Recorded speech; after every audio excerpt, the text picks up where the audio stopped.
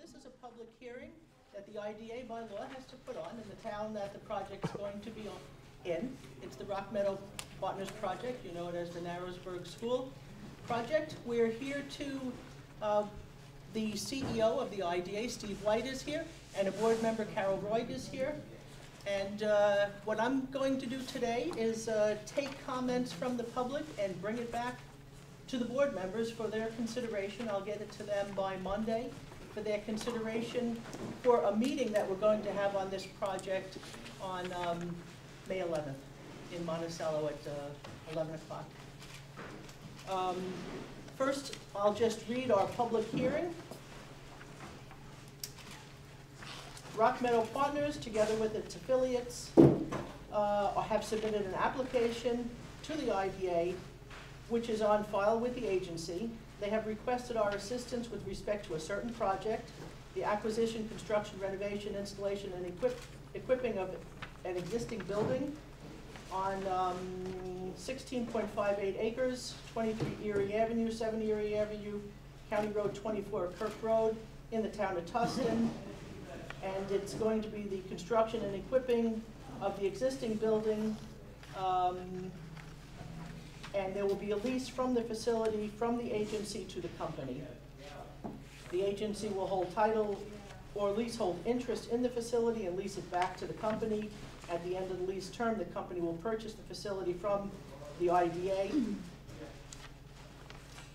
The assistance being looked for from the project is in the form of sales and use tax exemption, mortgage recording tax exemption, and property tax exemption consistent with the policies of the agency. So I'm here today actually to hear what the public has to say. If you would raise your hand and give your name, I'll put your name down and I'll write your comments and, like I said, bring it to the board. And that's what we're here for today. Yes. Jane Luxinger.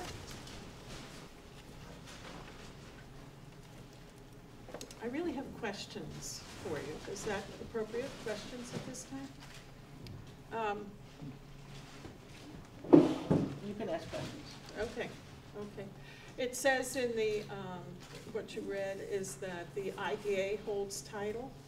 That's how an IDA gives its benefits to all its projects. Mm-hmm. When the IDA takes title to a property, it comes off the tax rolls, and it becomes as if it's a government property. Then what we do with the project is we do what's known as a pilot in payment in lieu of taxes, and that's there's a break in the taxes given for a number of years, 15 or 20, and at the end of that period, the property is 100% back on the tax rolls.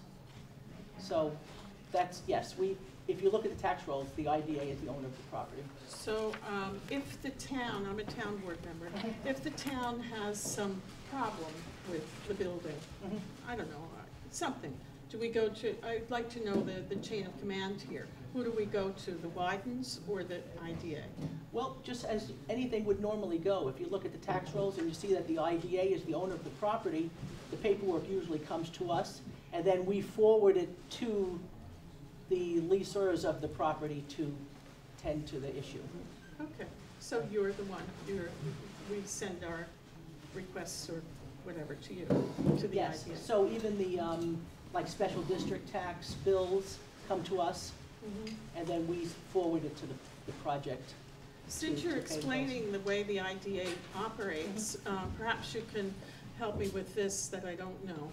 I think everybody in this room wants the Widens to achieve their goals, but in the case that it's not possible, something happens, who gets the property? Well, we're owners of the property. And then what do you do with it? You mean if they walk from it, or they? Well, there's a legal process that goes on. Let's say like Frontier Insurance, who had bankruptcy issues. I mean, there's a legal process that goes on there. We're title owners to that property, but a bankruptcy process goes on, which is over and above us. Well, I was just wondering if the town, I imagine then you sell it in some way. You try to sell it, right? Well, in the bankruptcy process in Frontier, we don't try to sell it. I mean, that's gone to a state agency to handle. Well, I guess what I'm boiling down to is I wondered if the town could have the first right of refusal if it's being sold. I would have to ask our attorney how that Okay, works. would you ask that? Yes. But we want the Bidens to succeed. Yeah. Thank you, Jim.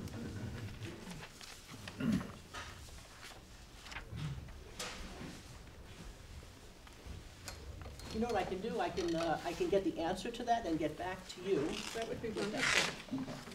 Do you need a phone number or? No, oh, you're in yeah. Upper. Okay, good. Just Yes. like- My name's Tom Prendergast.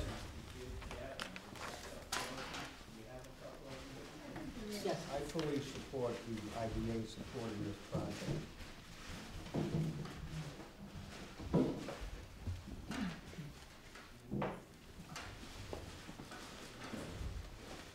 Thank you.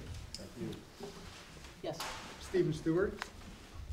I'm a resident of the town of Tustin, and when I moved here in 1998, the school district had just gone through their merger, and that school building was renovated, and shortly after that, it was closed.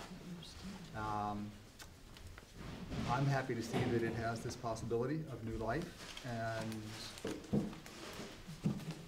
it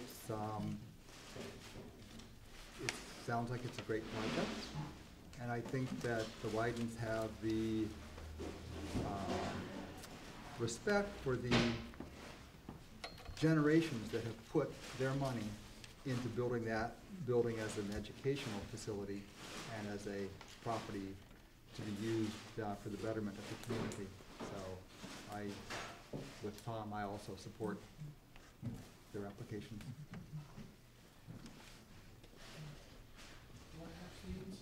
Thank you. Hi, I'm Ned Lang, I'm a councilman, Ned Lang, L-A-N-G.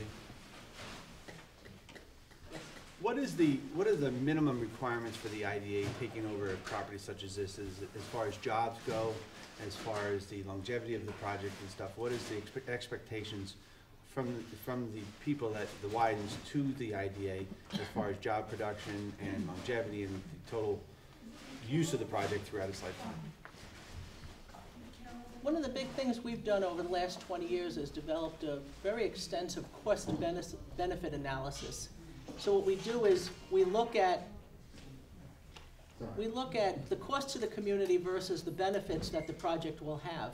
That includes everything from impact on schools, local schools, impact on the roads, impact on social services in the county, versus new taxes that were going to be paid on the property, new sales tax that might come from a project, amount of new money that will be in the community because of new employees, number of new employees, salary of new employees, and the board takes all that information and comes up with a ratio and evaluates that when they look to approve a project. So do you have any idea of the scope of the project, the employees or anything at this point? At this point, the project really is to a master developer type of project. So we really don't know the number of employees, only a limited number at this time. What will happen is, as the project starts getting tenants, we will have to review it again to look at who the tenants are going to be and what the impact those tenants are going to have on the community. Right. So at this point, it really is just acquisition of the building, minimal amount of renovation, and then the project then has to go forward and find out who's going to be the tenants in the building. And we will review it as that happens. Okay. I have to say, as a board member, I am a bit dismayed that the Widens are going to the IDA to look for a tax deferral, basically, because Mr. Wyden did get up at one of our meetings and made a very clear statement that whatever they did with the property, they would not be asking for any tax abatement or tax relief. And now they are. So that, not that the town still is not enjoying any taxes from the property, but the previous people had promised us that we would be getting, the property would be on the tax rolls and that it would not be a tax deferred type of entity. So on behalf of the taxpayers, I'm a little bit dismayed at that. Okay? But I wish them all the best. Okay. Jen, how many years tax abatement are you proposing, or? I believe it's 20. And the sliding scale, can you give us an idea? Under that schedule, what it is you know the 485B schedule that, does Tustin have that? I'm not sure. What it would be is the first year, the increased assessment of the property would get a 50% break. And then over the 20 years, it would go by 5 years intervals up to the 20th year to 100%. So I mean, theoretically, how that would work is if, let's just say a project was $100,000, and they did $100,000 of new improvements to increase the assessment to $200,000. Let's say the assessment.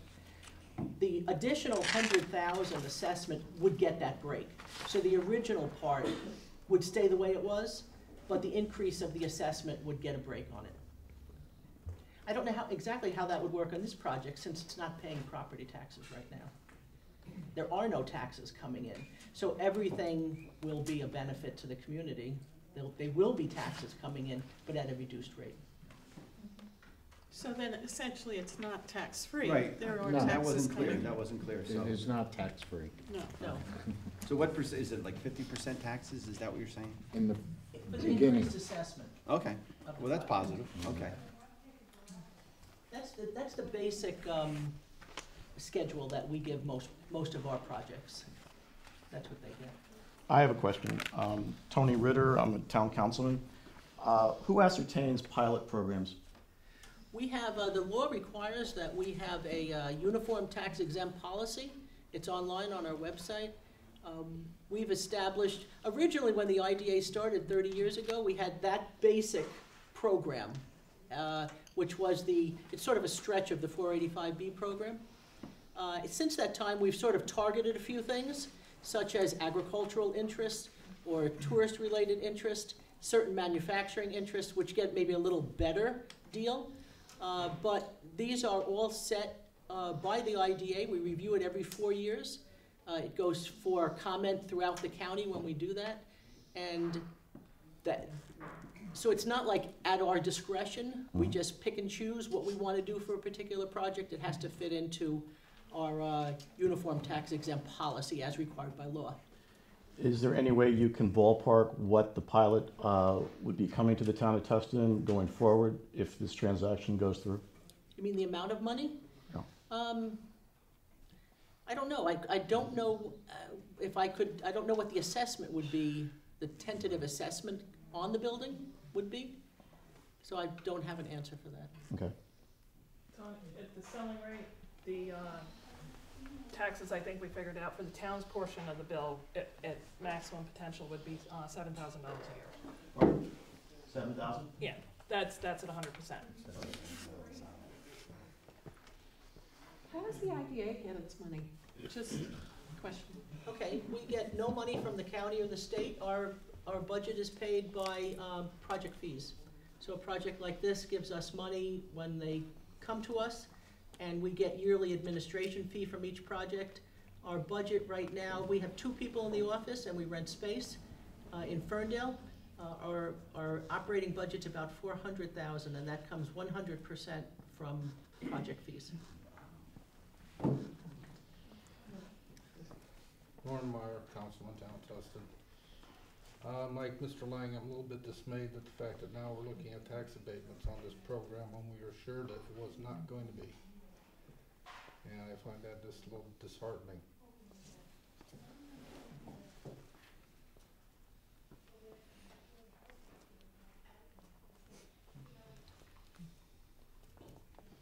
I'll bring that concern to the board. Yes? Hi, Catherine Michelle, a resident of Tustin. I just wanted to say that I understand the IDA process, and I'm fully in support of what you're planning to do with the Wyden's school property.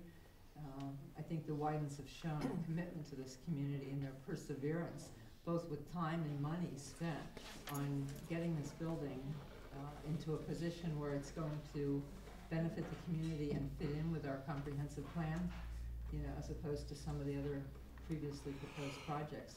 So, and the amount of money that they had to spend to get to this position and their time shows that they are truly committed to this community. And, and I think this is a wonderful thing that we can give them a little relief for what they've had to put into this. And I do understand the IDA process, and I think it's a great process. Thank you. Carol Wingert, Supervisor for the Town of Tustin. I'd just like to say that I think that the Wyden's ideas are refreshing. I think that the revitalization of this town in that school building will hopefully be a success. And I think the work that they put into their due diligence period stands for their respect and responsibility to the community. Their family has been longstanding family members and community and taxpayers of Tustin for many, many years. They have a very long history here, and I traditionally don't like to see tax incentives. The idea gave to the Millennium Pipeline project, I was appalled by, because it gave us absolutely zero for our town, and as far as I'm concerned, for our county. However, this project I fully support. I think it will, like I said, revitalize our town in that building. It's not a fly-by-night operation. They've got a good, solid plan that they're going forward with, and we hope to see that very successful and create jobs. My only comments to the IDA, Thomas DiNapoli came out yesterday, I think. I got an email, made several recommendations to various IDAs that they had audited. And I just want to read those, and I want to ask the IDA to ensure the community that you'll be following his recommendations. Thomas DiNapoli? Mm-hmm. Oh. Yeah. Control. State Comptroller, yeah. Reviewing the annual job reports for reasonableness and follow up with companies reporting questionable job data. Ensure that all project agreements contain a recapture clause that would allow the IDA to recover the financial incentives provided if businesses do not produce the intended benefits. And establish and formally adopt policies that define criteria and procedures critical to project approval and monitoring. So I would just ask that you would, the IDA would do their due diligence also. Thank you. Thank you. Yes. Here you go. Can we get a schedule of the taxes that are, once it's established, you know, the sliding and?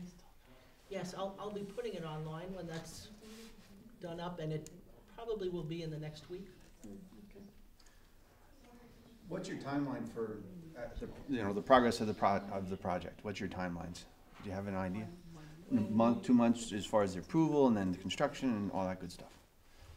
Well, I would expect after this public hearing that it will probably come before the board for approval at that May 11th meeting. And then we will have to see how the project moves forward. Okay. I mean, we give them, they get a tax abatement from us for materials, and we do that in small increments so we can watch what they're doing and monitor the amount of money that's being spent on the project. So that's one way how we watch what's going on. So they have to come back continuously for approvals for an extension of that period of time. Okay, and that's So your it- construction period? Yes, Okay. it is only for the construction period. Okay. Yes, when that ends, the tax abatement goes away for materials. So it's not like forever they buy toilet paper with no taxes or something. It's Okay. for the construction period. Excellent. Yes. Iris Hellfeld, Narrowsburg, Town of Tustin.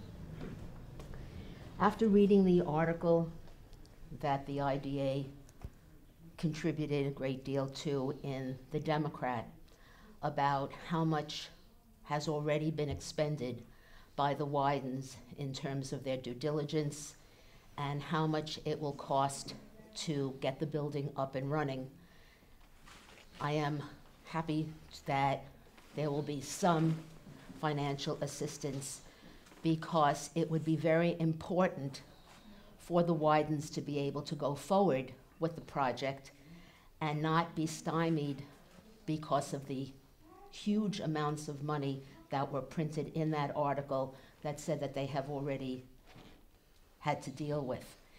I think the project is a wonderful project. I think that this will benefit our community, our town, life to it, and that I am very much in favor of seeing them go forward with it.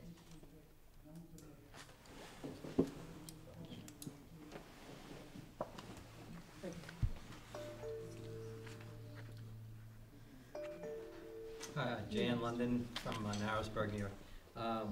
I also support the Widens. I've been watching this whole process go down. And I know the IDA is there to help expand businesses, and I think it's a great fit.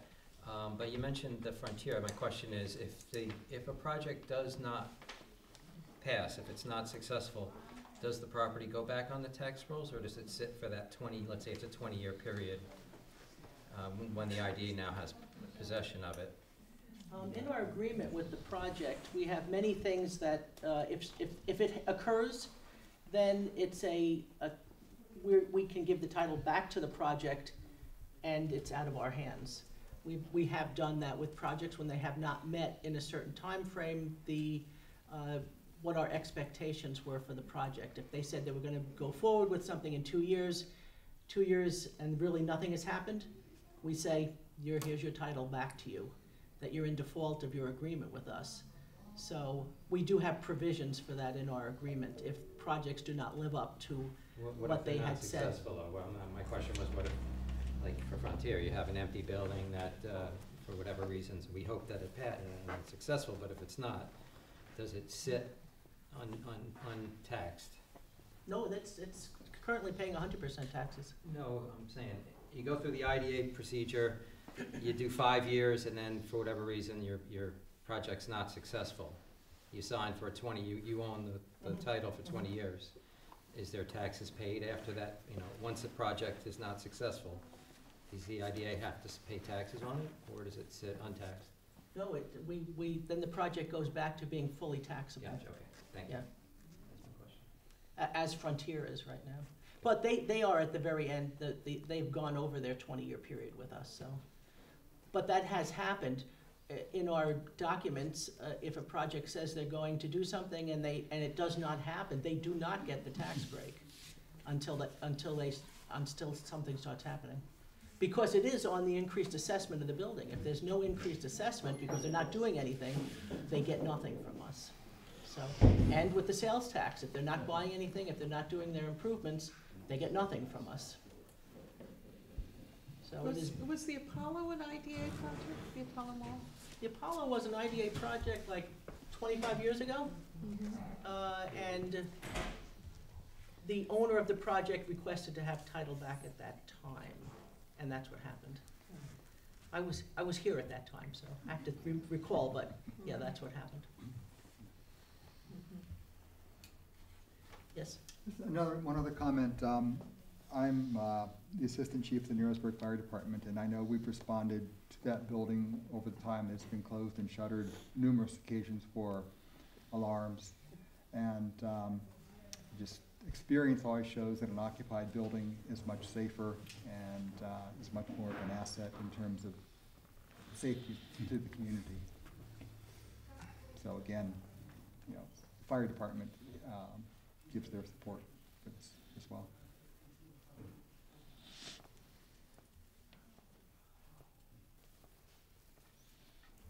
Yes? Anna Malecki, I live in the Sullivan School District. My question was regarding the assessment, and I think you kind of answered it, but maybe you could just clarify it. So it gets reassessed every time the building gets a new lease or something like that, where the taxes will increase with that assessment, or how does that work? Well, the total value of the project subject to our pilot is something that we determine. Okay. But we usually do it working with the assessor in the town. Okay.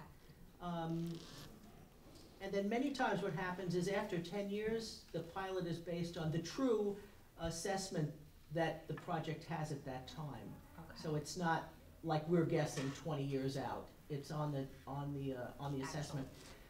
Any of the special districts in the town are totally based on the assessment. They get no break. Projects get no break from us for any of the special districts. So they pay 100%. So there is an assessment done for that by the town. Thank you.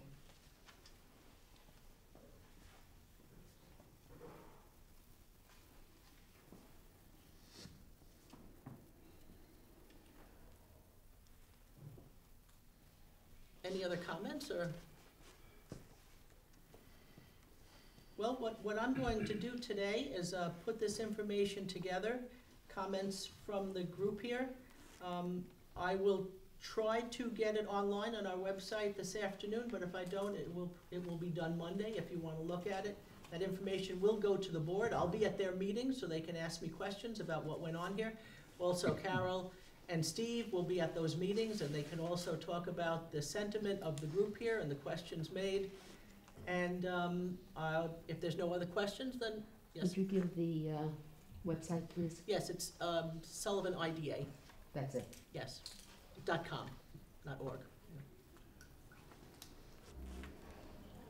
If there's no other questions, then I thank everybody for coming.